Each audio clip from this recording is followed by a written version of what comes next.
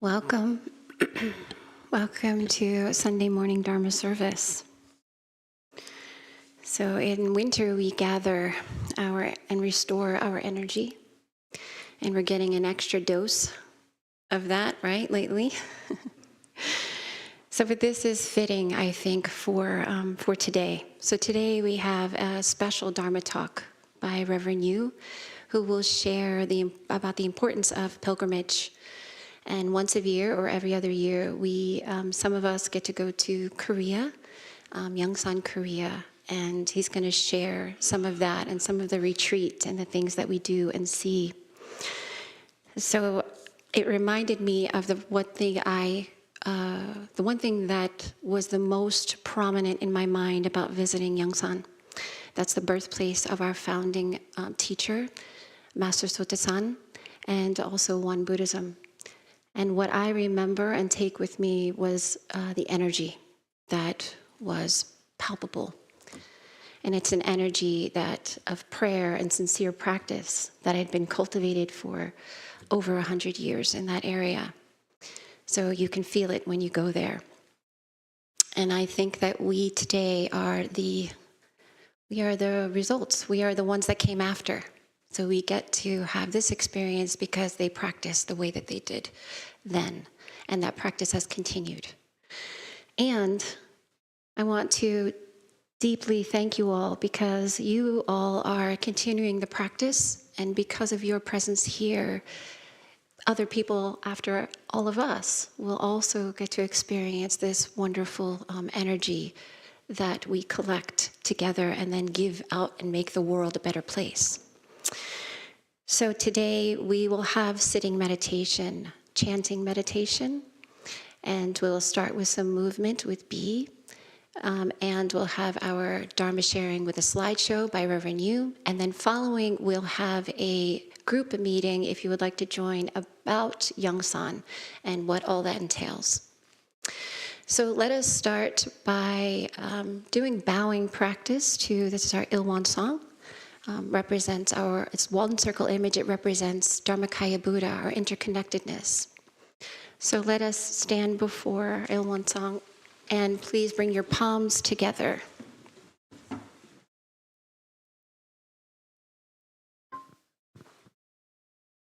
So we stand in gratitude to our true nature. And we make 4 bows to Dharmakaya Buddha, fourfold grace. We bow in gratitude to the grace of heaven and earth, honoring the infinite beneficence of nature and the universe.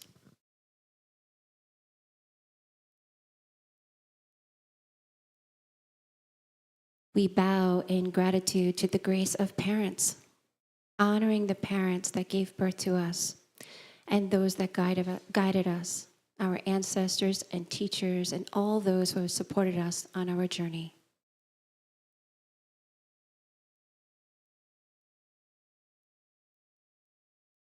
We bow in gratitude to the grace of fellow beings, honoring and recognizing the truth of interconnectedness.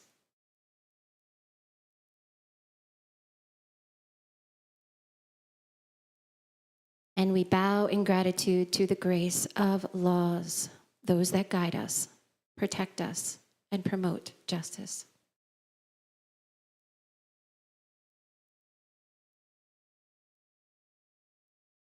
Now take a moment to greet and say good morning to your neighbor Buddhas with your beautiful smiles and open hearts and lovely bows.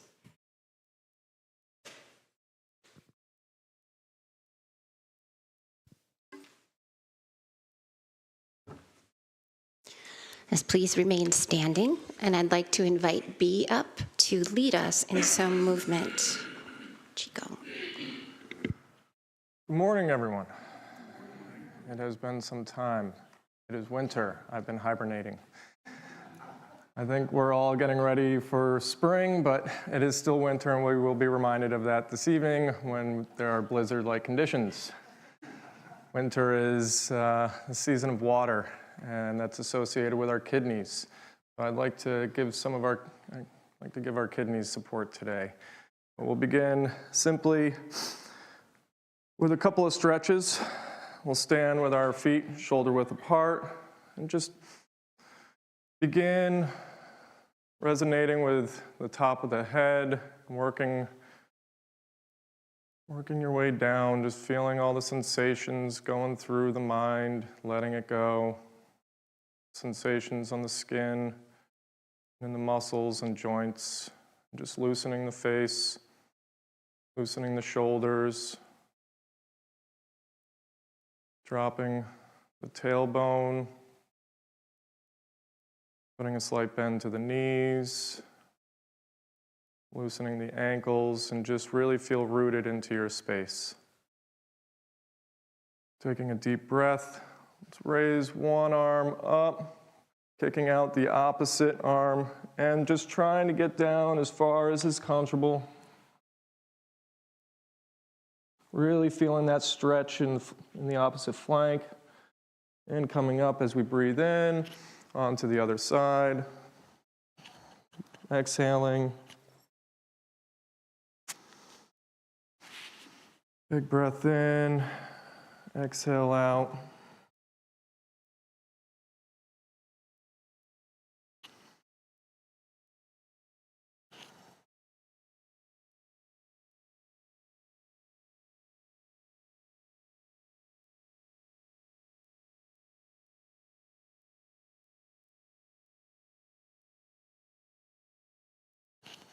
We'll do one more on each side.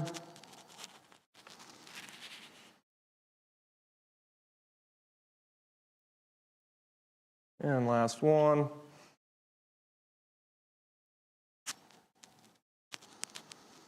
Coming back to a neutral stance. Bringing in our hands down. We're going to look off to one side, turning our hands outward as we do. All right? And really opening up the chest.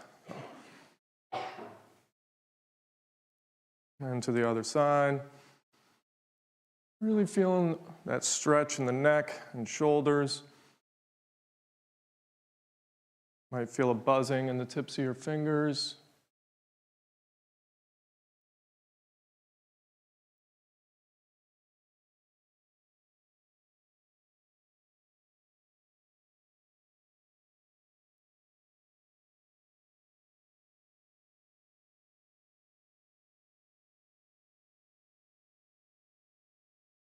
One more on each side.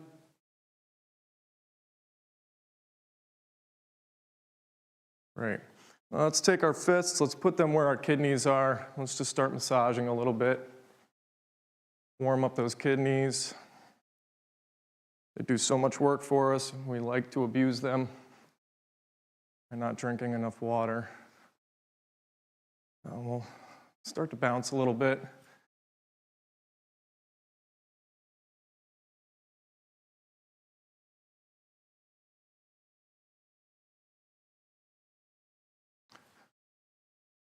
All right. Now keeping a fist on the opposite kidney,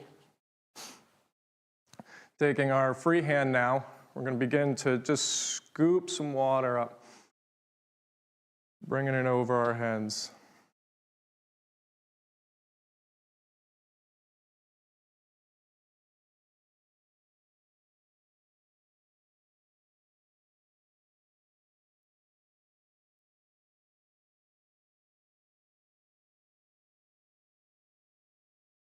On this next round, we're going to scoop a little deeper.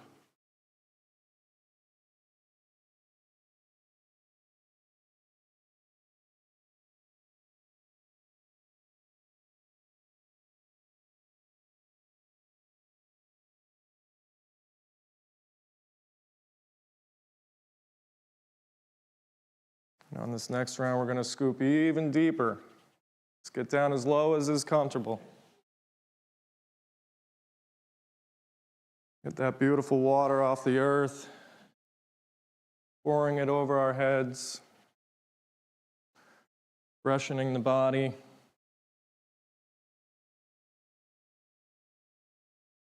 We'll do one more and then work on the other side.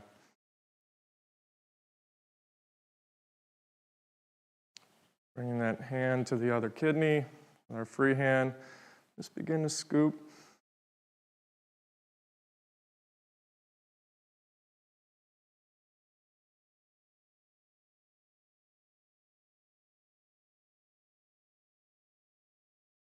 On this next round, we'll go a little deeper.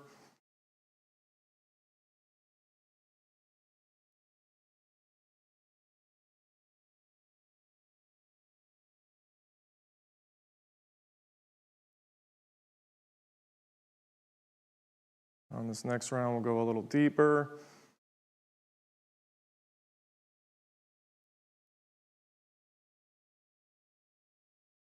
Just imagine that water just pouring down your body.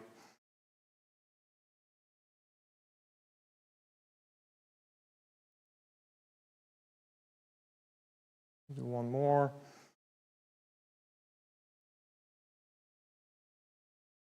Wonderful. All right, let's keep our fists on our kidneys. All right. This is kind of a strange movement, but it's fun.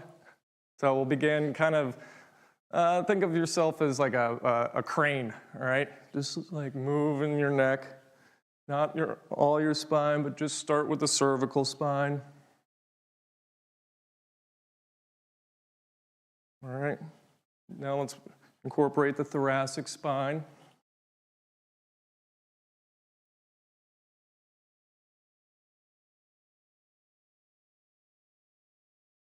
Now the lumbar. Just be very careful with your lumbar.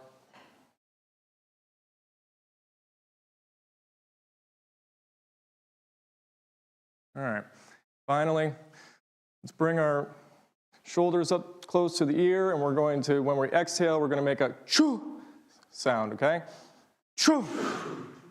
Again. Choo. Choo. Choo. Choo. Last one. Choo. And let's just stand for a moment and resonate with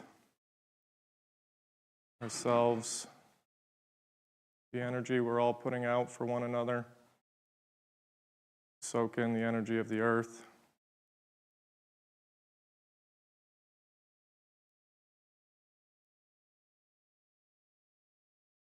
Thank you.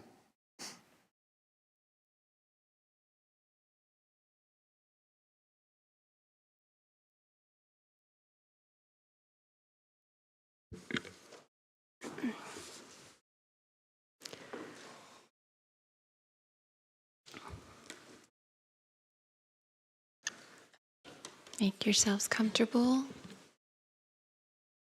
and prepare your body for seated meditation.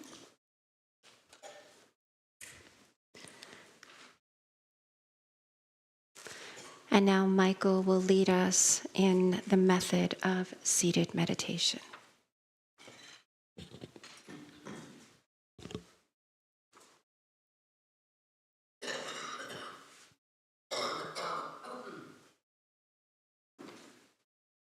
The method of seating meditation is simple and easy. Sit comfortably on the floor or in a chair. Breathe in, grab all your tension, and breathe it out. Open up your chest and heart. Stretch up tall and align your spine from your neck to your tailbone. Relax your shoulders and arms. Then allow your hands to rest on your knees.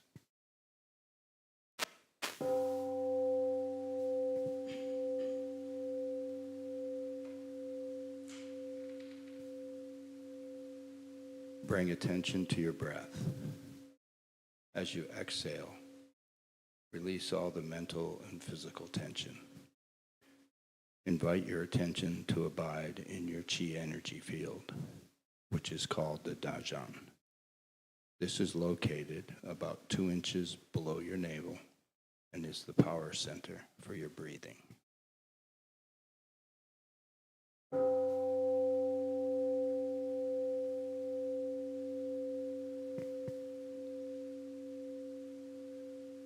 Open your eyes and gaze downward over the end of your nose and to the floor. Keep your mouth closed and allow the tip of your tongue to rest gently against the roof of your mouth. When your mind is concentrated and calm, pure and clear saliva may gather in your mouth. You may swallow it. Relax your facial muscles and notice your gentle smile.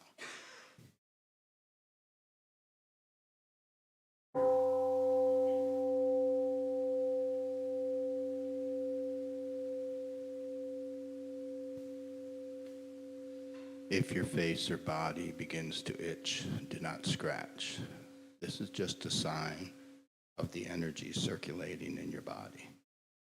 Simply note the itching and let it pass. If your legs ache unbearably, you may change position very slowly and quietly so that you maintain a calm stillness and do not interrupt others.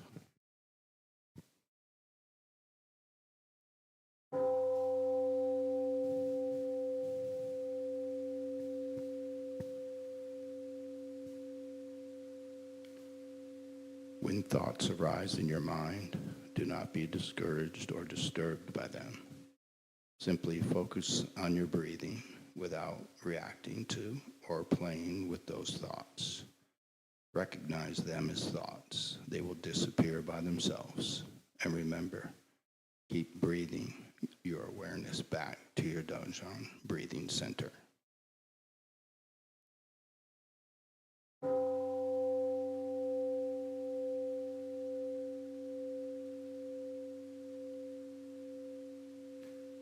If you continue practicing meditation for a long period of time, you will rest in the realm of samadhi, deep meditation, in which the mind is calm, concentrated, perfectly focused and at peace, with no distraction between self and others, time and place.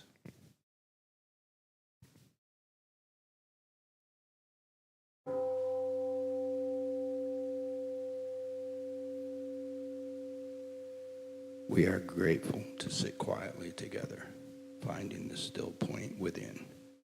May we be here now, aware of our ever calm and alert spirit.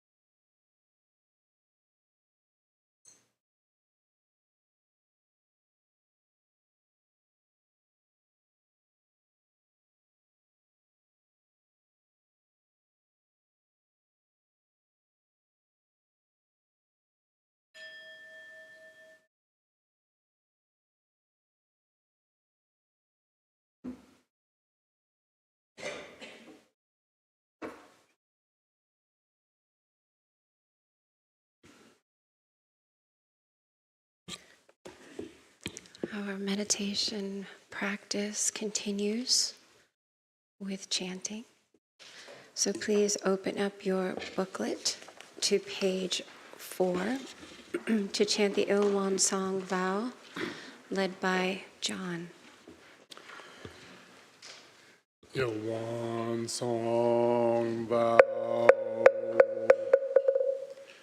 Ilwan is the realm of samadhi beyond words and speech, the gateway of birth and death, transcending being and non-being, origin of heaven and earth, parents, fellow beings, and lost the true nature of Buddhas, enlightened masters, unenlightened people, and sentient beings.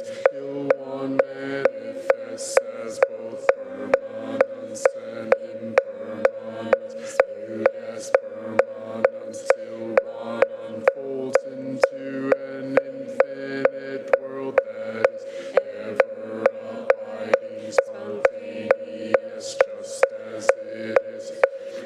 Impermanence, Ilwan unfolds into infinite worlds through the cycle of formation, duration, decay, and extinction of the universe, the birth, aging, illness, and death of all beings, according to how we use our minds and bodies. 4 forms of birth we transform through the 6 realms of existence, progressing or regressing with grace arising from harm or harm from grace. Therefore we unawakened beings vow to practice wholeheartedly, modeling ourselves after Ilwan Song, Dharma, Buddha, by cultivating our minds and bodies deeply, knowing human affairs and universal principles thoroughly, using our minds and bodies skillfully, thus progressing rather than regressing, receiving grace rather than harm, until we attain the great empowerment of Ilwan and become one with the nature of Ilwan.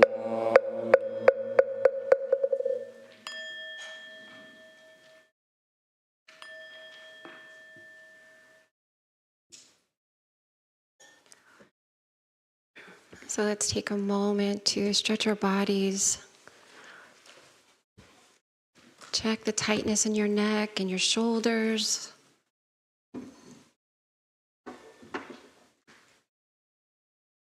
And let's twist from side to side to give your spine a little stretch.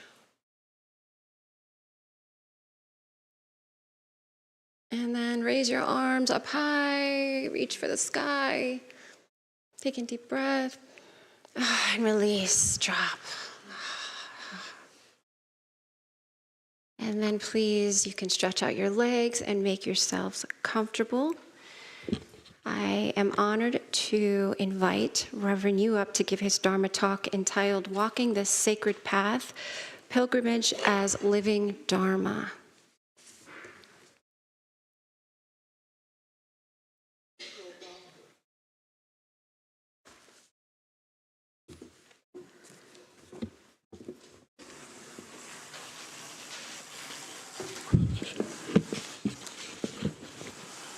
Yeah, in connection with the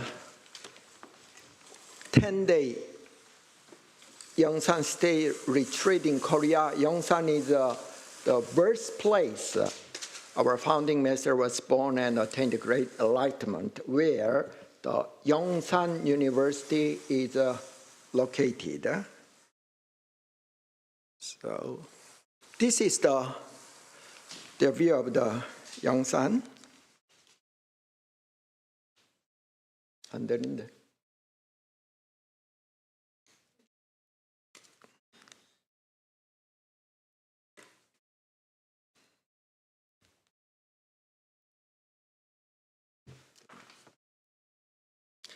Yongsan is not the legal name of the town. This is an area view of the Yongsan in the winter. And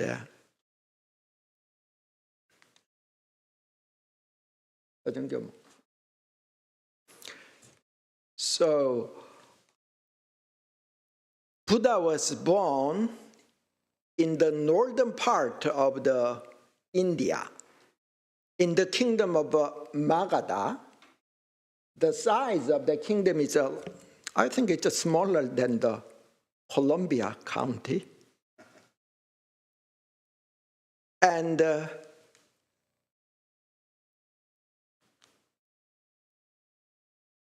다정교모.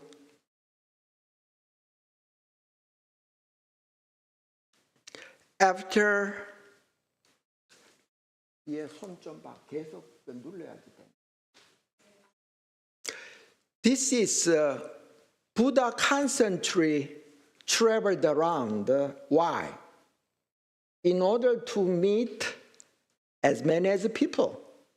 Buddha said, one group of the person Buddha cannot help is the person who does not have any karmic tie, karmic relationship.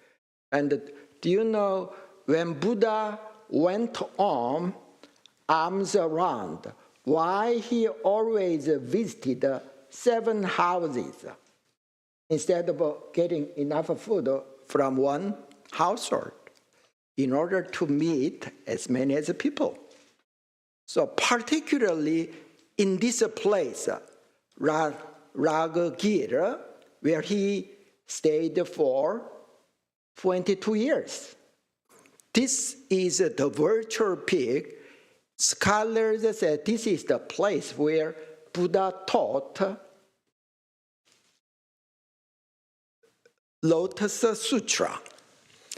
This is at the foot of the mountain, virtual peak, Yongchi-san or Yongsan. So in order to respect the Dharma lineage of Buddhism, so our founding master called his birthplace as Yongsan. It's not the legal name. So this is the place where the Buddha taught Prajna literature, including Heart Sutra, we just chanted. So on deathbed, the Buddha said to his followers, you all practitioners, before you die, you better visit 4 sacred places. The first one, Lumbini, where the Buddha was born. Buddhagaya, where the Buddha attained supreme enlightenment. And Deer Park, where the Buddha delivered his first Dharma will, taught the Four Noble Truths and the 12 links of dependent origination, and Kushinagara, where the Buddha passed. It's called the 4 sacred place in Buddhism.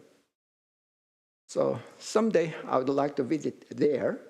So, or in Islam, they say 4 pillars. One of the obligation is if you are financially okay, your physical health allows. Muhammad recommended to visit 2 sacred, Jerusalem, Mecca, Medina, 3 places. So you can practice meditation, study Dharma at home, but why you come here? Not just to deepen your practice, it creates a deeper, stronger karmic tie with the Buddha. That's very, very important thing. This is the birthplace of our founding master. You see Sai, he's very little. Is that Rafe? Yeah. Jeff, we can see lots of our members. That house was located at the foot of Ongyebong Peak. When our founding master was 7 years old, one day he looked up at the sky and he was very curious about why the sky is that blue, or where does the wind come. A lot of questions arose in his mind and heart. It's not the level of children's curiosity. He was really deeply into that. At the age of 11, he attended seasonal remembrance ceremony for ancestors in the late fall. And before performing the ritual, he saw his uncle threw some dried fruit on the ground from the table. So he asked why, and his uncle answered, "It's for mountain spirit who supervise and guide this area. And the mountain spirit is all-knowing." His uncle did not say that in a serious way, but it was a great news for Sote-san to hear that the mountain spirit is omniscient. So from the next day, in order to meet mountain spirit, he climbed to the top of the Sambatje Pass. It's not high. From the Yongsan University where you stay, when you hike, it's less than 1 hour hike. So for the next 5 years, Sote-san went there and offered the prayer to meet the mountain spirit. So there is some very small temple for visitors. But our founding master very ardently prayed in order to meet the mountain spirit to solve his questions, spiritual questions. But he could not meet the mountain spirit. And the next stage is from the age of 16, he searched for human teacher. At the time, he was very suspicious of the very existence of the mountain spirit. But he searched for his mentor for the next 4 or 5 years, but he could not meet a proper teacher. So as his search for truth intensified, he could not meet any teacher. So just one thought arose, and it just continued in his mind and heart. What am I supposed to do? What am I supposed to do? And he started to forget time and space, being deeply absorbed in deep meditation from the age of 22. Sanjinpo landing,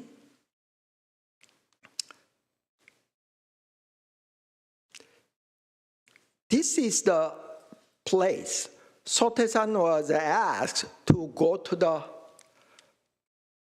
market, so he was across the river. He was waiting for a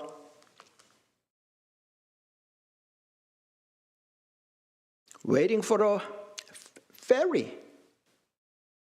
In the early morning, when he was waiting for a boat, he entered in deep samadhi. unaware of time and space. When the village people come back from the market at dusk, Sotaesan was still there.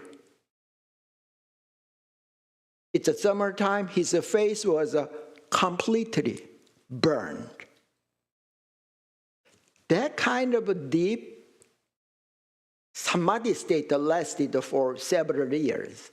And at the age of 26, Buddha, our founding master, attained great enlightenment. Do you know in what age Shakyamuni Buddha attained great enlightenment? 36. In the Sotaesan, 26. This is where he attained a great enlightenment. Above that mountain, located the Yongsan University, where the retreatant. It's the summer view, the winter scenery, the aerial view of this side is called the Norumo. From that mountain, it looks like the neck of a deer. That's why it's called the Norumo.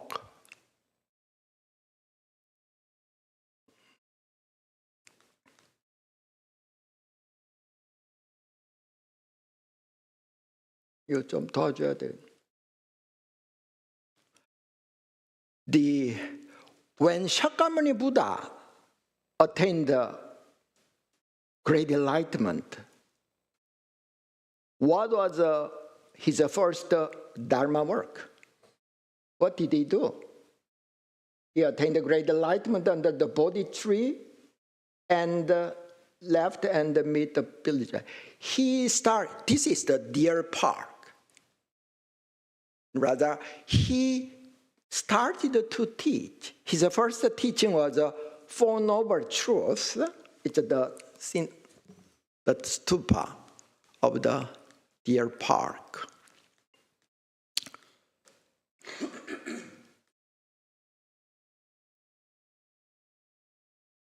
The next. But in the Sotaesan's case, 이거 좀 어떻게 좀 해줘. Yeah. In the Sotaesan's case,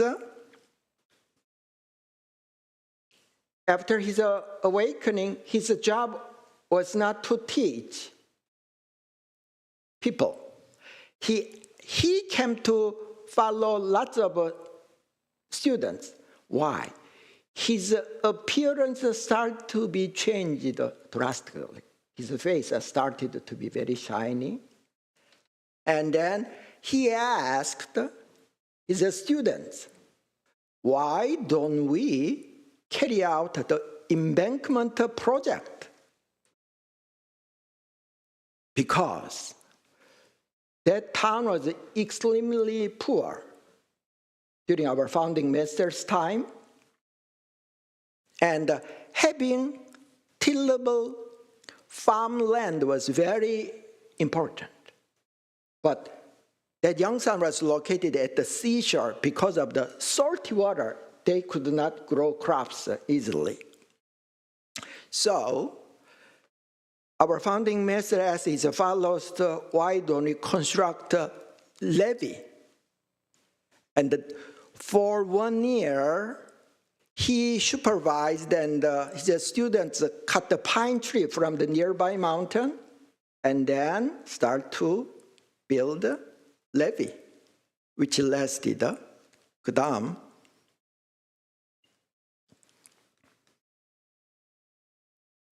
and 23 acres of farmland was created. So at the Yongsan University, the steamed rice you eat comes from this land. He called that 정관평, the land of reflection on purity and righteousness. 다음 그림. So when I went there with the Philadelphia temple member, we strolled this is the place. 다음 그림. When the levee construction was almost finished, during the daytime, they worked. At night, they studied and practiced the Dharma along with the prayer. One night, our founding master asked his 9 model disciples, the reason why we practice is to help all humans. Even though you are to sacrifice your life, are you willing to continue your practice? And he prepared one white paper, and all those 9 model disciples said yes. And on the white paper, they placed their bare thumb on the paper, the place where their bare thumb was pressed, turned into blood-stained fingerprints. This happened in this house, 구간도시, 9 room. So during the Korean War, it's burned down. When our founding master saw that blood seal on the white paper, he really praised his students, and this is the sign that the universe approves your sincerity and dedication. This is the starting point of One Buddhism. 그 다음. So from the Sotaesan's birth house, it's a 5 minutes walk. I heard the Kathy before going to Korea, Yongsan's day, he saw in a dream, our founding master stood there in a black robe, and you can ask her later. This is Yongsan University. The right side is the classroom, the left side, dormitory, and dining hall, the winter view. When you hear the bell 33 times, whether you like it or not, you need to get up to practice morning meditation from 6, along with Prime Minister. Vegetarian meal will be provided. 다음 장. After meal, so somebody will treat you tea. And in front of the dining hall, there is some pavilion. You will be surprised how big the goldfish are there. You're not supposed to feed the fish there. So it's lots of our members went there. And 5 minutes away from the Yongsan University, there's an international Zen center. It's so huge. It's several times bigger than this retreat center. It's very artistically constructed. This is I'm not sure if this is inside or outside of the meditation hall. You will have some session there. And Yongsan is located in the southwestern part of the Korea, not in the center of the Korean peninsula. So one student asked, people from major cities like Seoul, Busan, it's hard to come to Yongsan. Why don't we move our location to Iksan, which is the center of the Korea? So Iksan, where the headquarters One Buddhism is located right now, so they moved. There's Sangha, the entrance of the headquarters. In all the days, the entrance looked in this way. When you go inside the headquarters on the right side, that's the administration building. On the right side, the IT and other departments are located. On the right side, you can see the campus. The building is the Memorial Hall. This is our founding master's pagoda. At night, it looks in this way.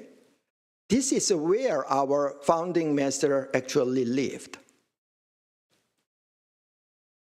This is the typical Korean or Japanese house for middle class.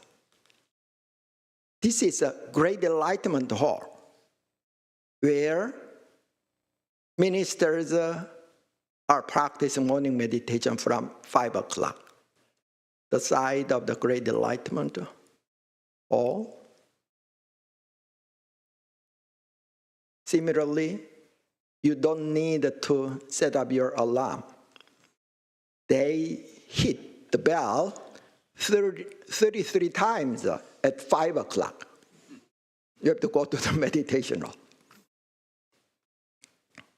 This is Gonghaedan, public meeting house. When you read Won Buddhism scripture, all these verses, our founding master taught here and the Great Enlightenment Hall. This is Gonghaedan. Yeah. And it was used for dining place as well at the time. Our third head Dharma master's pagoda. You see on the left side a small house. This is where Won Buddhism scripture was edited. Very small house. 그 다음에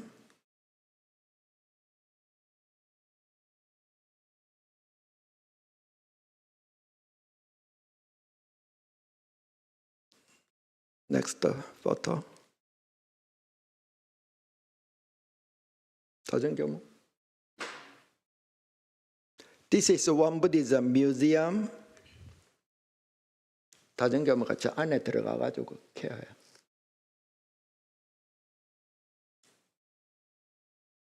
Museum. These are all located on the ground of. This is some tea house for VIP. If you behave, you can get the tea inside this house. This is where the retired ministers are living. They live in a communal life. This is a headquarters looks at the time of our founding master. During the daytime, they worked, except summer and the winter retreat period, they worked, usually in the field to cultivate the crops. And during the summer and the winter period, they had a retreat.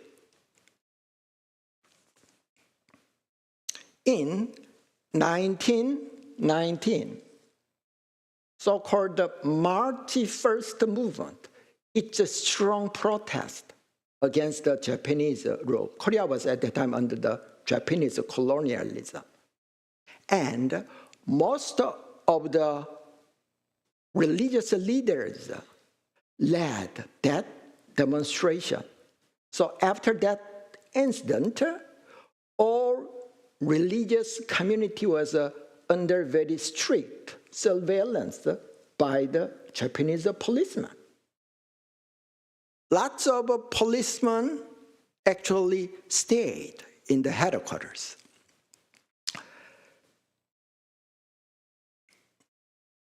And one of the policemen, his job was to record, dictate all our founding masters' talk. They needed to find something, to find the fault with, to destroy the Sangha. But he was very much moved by his teaching. He became Sotaesan's disciple. And his daughter became one Buddhist minister. And she was the head minister at the Daeguwon Temple where my parents went. Later, she became the principal of some alternative high school. She retired some years ago. in 1943, our founding master passed.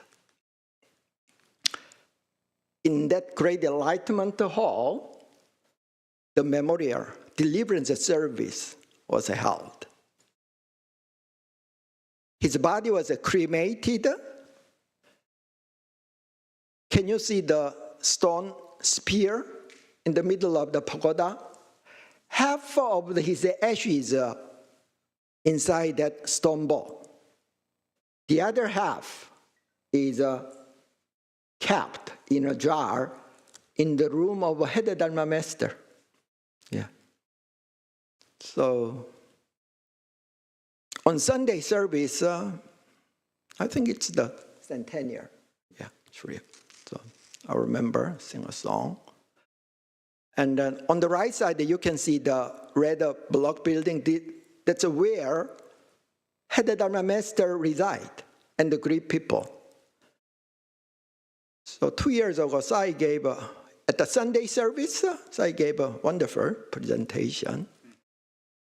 And after Sunday service, you will have the chance to meet the head Dharma master. You can ask any questions and he will answer.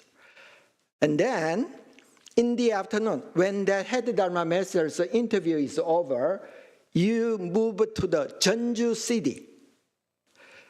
One part of the Jeonju city is well known for ancient Korean-style houses.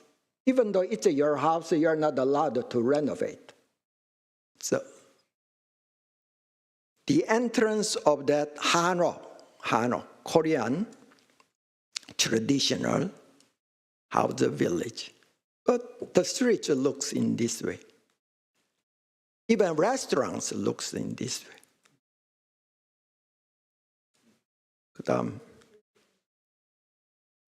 My cousin, he's an archaeology professor at the Jeonju University. He always treat, I remember, vegetarian buffet. He said yes when I was in Korea. And then you will go to Gyeongju for 2 days.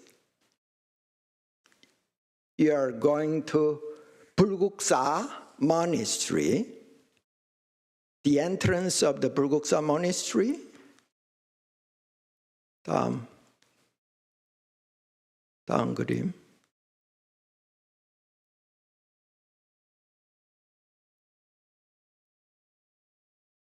Bulguksa is well known for very beautiful 2 pagodas. 다음 그림. They say, Buddhist scholars say this is one of the most beautiful pagodas in Asia. 다음 그림. It looks very feminine. 다음 그림. And then you go to the Anapji Lake, King's resort during Silla dynasty. 다음 그림. The light view illumination is very beautiful. You can see the stone terrace with a flowing water channel. Do you know what's the purpose of this water channel? It was very rich dynasty. And the king poured the wine into the cup, and he put that in the water channel. That wine cup floats down, and the king said, you, for example, prime minister, pick up the cup, bottoms up, and you're supposed to drink that. The resort. And nearby the lake, you can see Cheomseongdae, that astronomical stone observatory. In order to observe stars to help farming. Isn't that amazing? More than 1,000 years ago, they constructed. It's a 63 stone layer. 63 means the reign of Queen 성덕's reign, just like Elizabeth, Queen Elizabeth in Britain, Sunda Deakin was a very capable and respected queen. So you cannot go inside. Yeah. 다음 그림.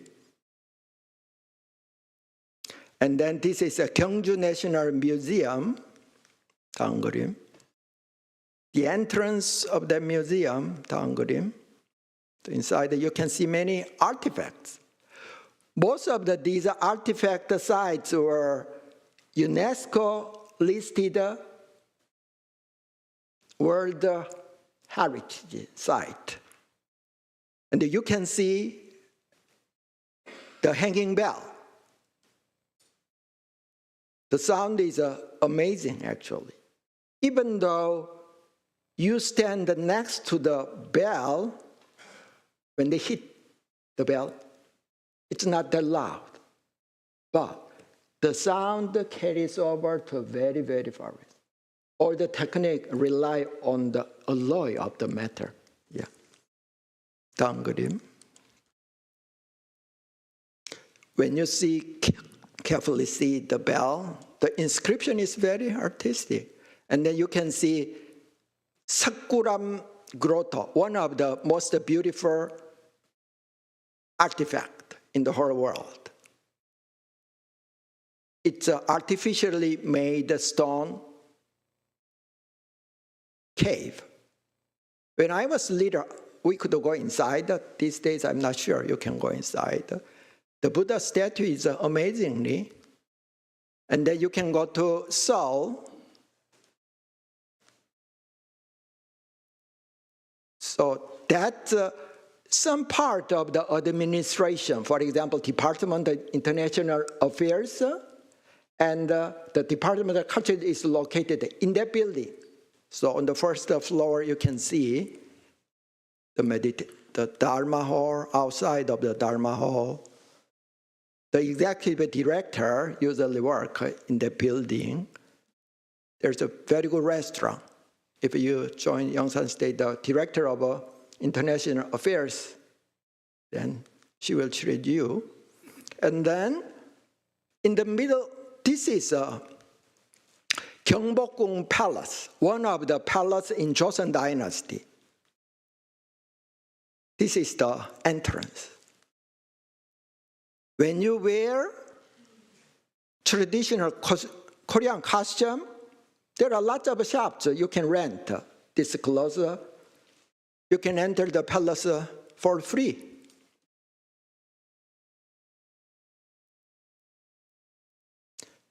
Do you know why they made that stone lion image? It's called the hete. It's a legendary animal who eats fire. In old days, most of the construction was of the wooden material, so fire was a very serious problem.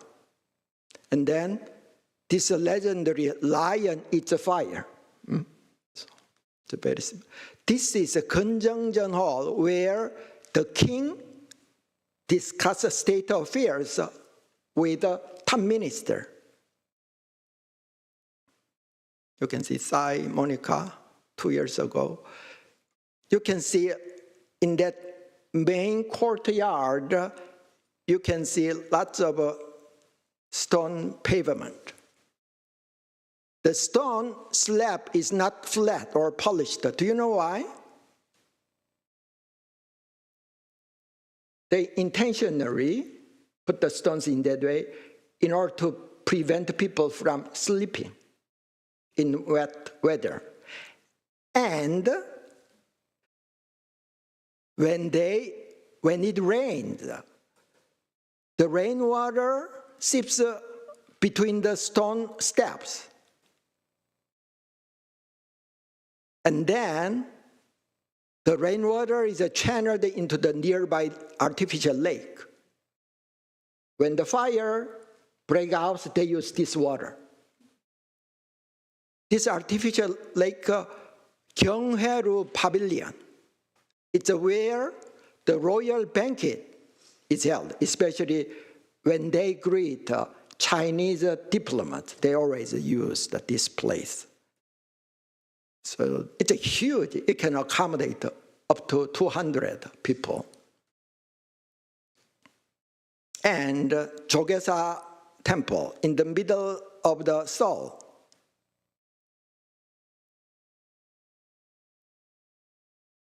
The entrance of the Jogesa Temple, you can see inside the Buddha Hall, a huge, but on a regular basis, they have to clean.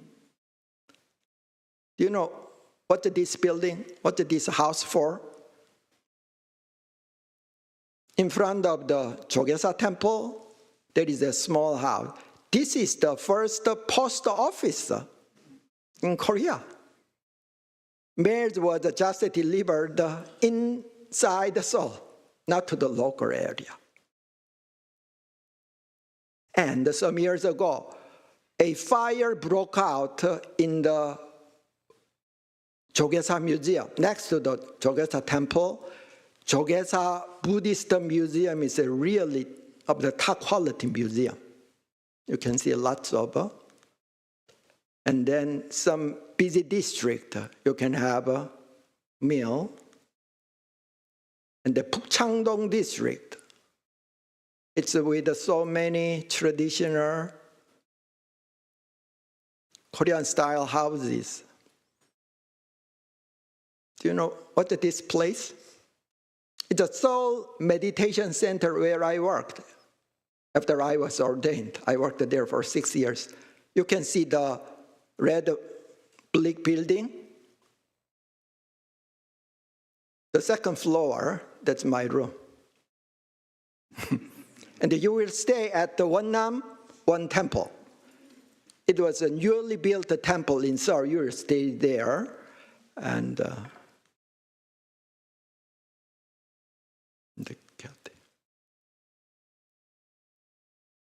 so, after this service, those who are interested in joining Yangsan State 10-day retreat, and we can have an informer, if you are interested in this year or next year. So lots of people, John, Helen, Val, so Sonia joined, so Kathy will lead the question and answer session. What they like, what they dislike, what's comfortable, what's uncomfortable, and so on. Thank you.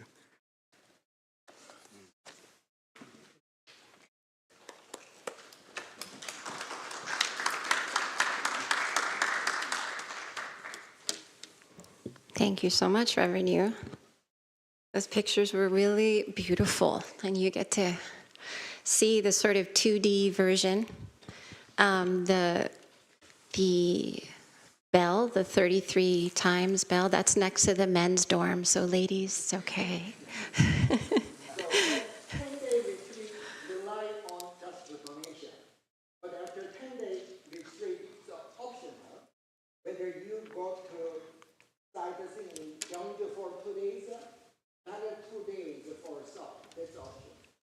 And from our past experience, lots of our members, since you're already there, so use the extra 3 days to go to the Jeju Island. So the itinerary is very flexible. So the thing you don't say is that we have great fun when we go. And it is a retreat, but it's also just a wonderful time. And I want to end today a little bit differently, just by asking how many people just started coming or are new today? Or just, wow, welcome. So you've come on an interesting day, because this is not, our usual. This is so in preparation for our this upcoming retreat. But our Sunday service regularly we have a Dharma talk. And we have sitting meditation, chanting meditation like we did today, and movement. And we also have Dharma discussion. So that's something that happens on a regular basis. So this is a little bit different, but we are so happy that you're here. Thank you for joining us today. So let's just end by taking a moment to, just in silence, to dedicate the merit of our practice. So we give the energy back. What we received, we give. Just taking a breath.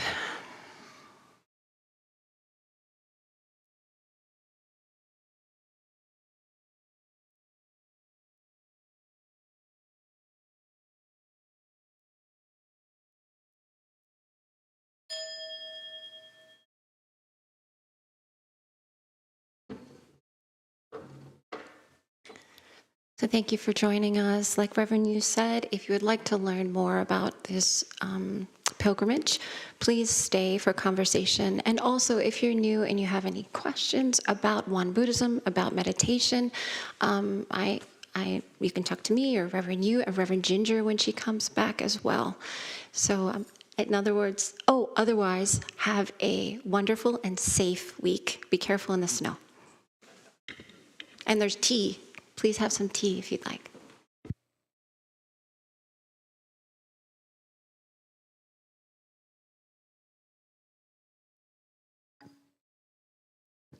So for those who are interested in going to Yangsan Retreat this year,